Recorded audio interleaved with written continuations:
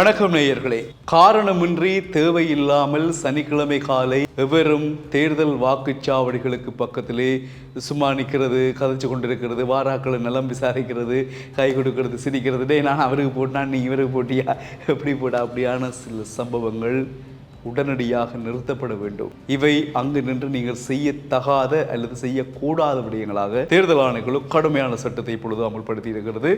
தேர்தல் ஆணைக்குழுவின் தலைவர் RMAL ரத்நாயக்க அதிரடியான கருத்தாக இதை வெளியிட்டிருக்கின்றார். ஏன் பழமையான தேர்தல்களில் நாங்கள் வாக்குச்சாவடிக்கு செல்லுவோம், அங்கே 2 ரவுண்ட் அடிப்போம், 2 கதைப்போம், ஃபன்னாக வாராக்களோட சுமார் அது ஒரு கோவிட் திருவிழா மாதிரி இருக்கும் இல்லையா? வாராக்களை காண்றது, கதைக்கிறது, சிரிக்கிறது, நலம் விசாரிக்கிறது, யாருக்கு போட்டுன்னு பப்ளிக்காக கேட்கறது, அவரும் பப்ளிக்காக ஃபேந்தா இருக்கு மச்சான் அவருக்கு தான் போட்டுன்றது, இதெல்லாம் இப்பொழுது போலீசாரால் கண்காணிக்கப்பட்டு இவ்வாறானவர்கள் உடனடியாக கைது செய்யப்பட்டு சட்ட நடவடிக்கை எடுக்கப்படுமா. அப்போ சனிக்கிழமை காலையில் எழும்புறீங்க, உங்களோட கடமைகளை முடிக்கிறீங்க, போறீங்க, வாக்களிக்கிறீங்க, வீட்டை வந்து பேசாம சமைச்சு சாப்பிட்டு படுத்திருக்கிறீங்க. இதுதான் வழி. அதை விட நீங்கள் ஏதாவது நடவடிக்கைகளில் ஈடுபடுவீர்களாக இருந்தால் சட்ட நடவடிக்கைகளுக்கு நீங்கள் உட்படுத்தப்படுவீர்கள் என்பது கடுமையாக சொல்லப்பட்டிருக்கிறது. நாட்டில் ஆயுதப்படைகள் தயார் நிலையில் இருக்கின்றார்கள். போலீசார் பாதுகாப்பு பணிகளில் தீவிரமாக களமிறக்கப்பட்டிருக்கிறார்கள். ஏனென்று சொன்னால் இன்று நள்ளிரவு 12 மணிக்கு தேர்தல் பிரச்சார கூட்டங்கள் எல்லாம் நிறைவுறுத்தப்படுகின்றன. சனிக்கிழமை காலை தேர்தல்.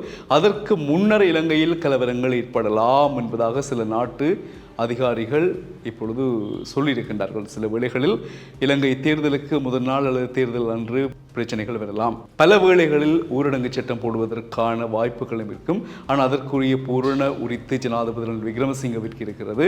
இதேவேளை சில வேளைகளில் நாளை தேர்தலுக்கு முன்னமே பாராளுமன்றம் கலைக்கப்படலாம் என்றும் உறுதிப்படாத பெரும்பாலும் உறுதிப்படக்கூடிய வகையிலான செய்திகளும் இருக்கிறது. பாராளுமன்றம் கலைக்கப்பட்டுத்தான் தேர்தல் நடத்தப்படலாம் என்றும் சொல்லப்படுகிறது. பார்ப்போம் அது என்ன மாதிரி உண்மை என்பது இன்னும் உறுதிப்படுத்தப்படவில்லை. சில தகவல்கள் மட்டும்தான். அதே போல நாங்கள் தேர்தல் காலங்களில் முக்கியமாக தேர்தல் வாக்குச்சாவடிக்கு தொலைபேசி கொண்டு செல்வது தடை செய்யப்பட்டுள்ளது. அங்கு போய் படங்கள் எடுப்பது, அது மட்டும் இல்லாமல் நாங்கள் முதலில் குறிப்பிட்டது போல யாருக்கு வாக்களித்தீர்கள் என்று பப்ளிக்காக யாராவது கேட்கிறது, நீங்கள் யாருக்காவது சொல்லுவது, அதெல்லாம் முழுவதுமாக தடை செய்யப்பட்டுள்ளது.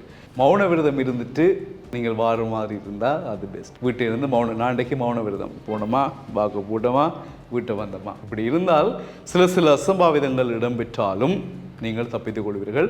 அசம்பாவிதங்கள் வன்முறைகள் இடம்பெறாமலும் அது பாதுகாக்கப்படும்.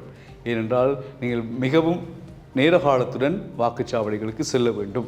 நேரம் தாழ்த்தி செல்லுதலும் இல்லது மத்தியானம் போவோம், பின்னேரம் போவோம், முடிகிற நேரம் போவோம்ண்டா அந்த டைம்களில் கொஞ்சம் கடுமையான நிலைமையாக இருக்கும் இல்லையா? பட்டிகள் கொண்டு செல்லப்படும். அந்த விஷயங்களில் நீங்கள் போய் அங்கே நிற்கிறதெல்லாம் தவிர்த்து கொள்வது உங்களுக்கு பாதுகாப்பானது.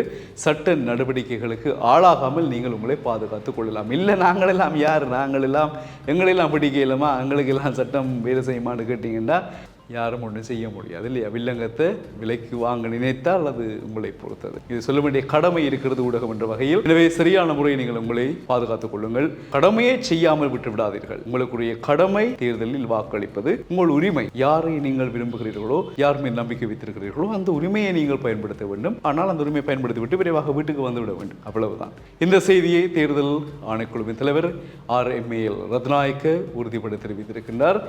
ஆயுதப்படைகள் தயார் நிலையில் இருக்கின்றன என்ற செய்தி நாங்கள் நேற்று முன்தினமும் சொல்லியிருந்தோம். காரணம் STF உட்பட எல்லாருமே தயாராக இருக்கிறார்கள். சில வேளைகள் இந்த தேர்தல் முறைகளில் குழப்பங்கள் வரக்கூடிய வாய்ப்புகள் என்று சிலவு தேர்தல் பிரச்சார கூட்டங்கள் நிறைவடைந்த பின்னர் நள்ளிரவு 12 மணிக்கு பிறகும் சில வேளைகளில் பிரச்சனைகள் வருவதற்கான வாய்ப்புகள் இருப்பதாக வெளிநாட்டில் இருந்து சில அதிகாரிகள் சொல்லியிருக்கின்றார்கள். உறுதியாக இல்லாவிட்டாலும் பெரும்பாலும் வரக்கூடிய வாய்ப்புகள் இருக்கிறது. எனவே மிக அவதானமாக இருக்க வேண்டும். தேவையில்லாமல் இளைஞர்கள் வீதிகளில் நிற்க வேண்டாம். தேவையில்லாமல் யாருடனும் தேர்தல் சம்பந்தமான விடயங்களை கதைக்க வேண்டாம்.